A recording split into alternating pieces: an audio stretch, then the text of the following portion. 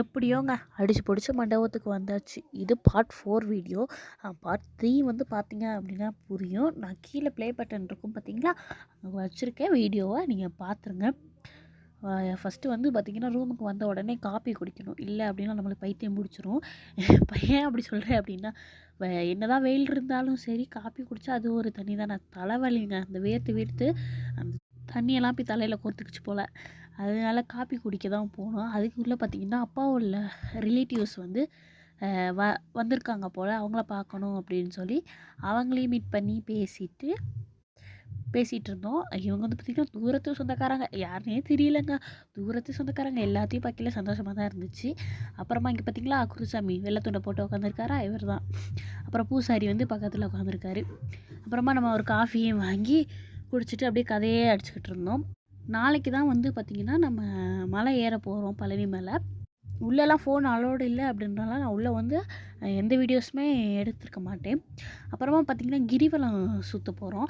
அதுக்கு பார்த்திங்கன்னா கொட்டை அடித்து அப்புறம் நல்ல வைப் தான், ஃபுல் வைப்பாக இருந்துச்சு அந்த இடமேவும். நானுமே டான்ஸ் எல்லாம் ஆடியிருந்தேன். அந்த வீடியோ வந்து நான் சேனலில் இதுக்கப்புறம் அப்லோட் பண்ண போகிறேன். அப்புறமா வந்து கிரிவலத்தையுமே ஸ்டார்ட் பண்ணிட்டாங்க. இங்கே பார்த்திங்களா எங்கள் அத்தை டான்ஸை அழகாக தெரிஞ்சார் கோவிலில். அப்படி ஓம் முருகா அதுதான் ஹைலைட்டேவும். அப்புறம் இது நம்ம செல்ஃபி ஸ்டிக்கை வச்சு எடுத்திருந்தோம். பட் கிளியர் இல்லை கொஞ்சம். அரோகரா அரோகரா அப்படின்னு சொல்லி சாமி வராதவங்களையும் வர வச்சு விட்டாங்கங்க அந்த காவடியை கொடுத்து.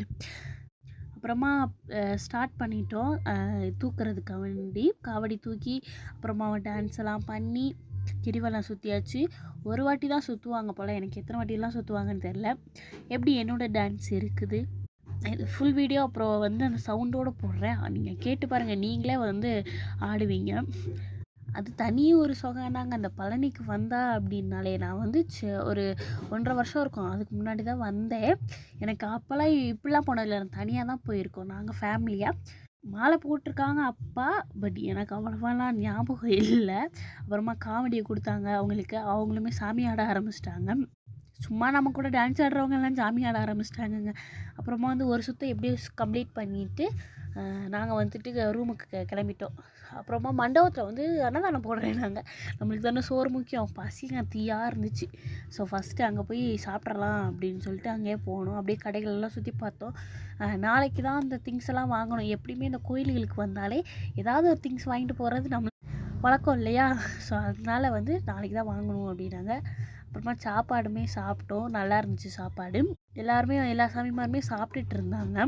ஸோ இதுக்குள்ளே பார்ட் 5 வீடியோ வரும். மறக்காமல் லைக் அண்ட் சப்ஸ்கிரைப் பண்ணியிருக்கேன். அடுத்த வீடியோவில் பார்க்கலாம். பாய்.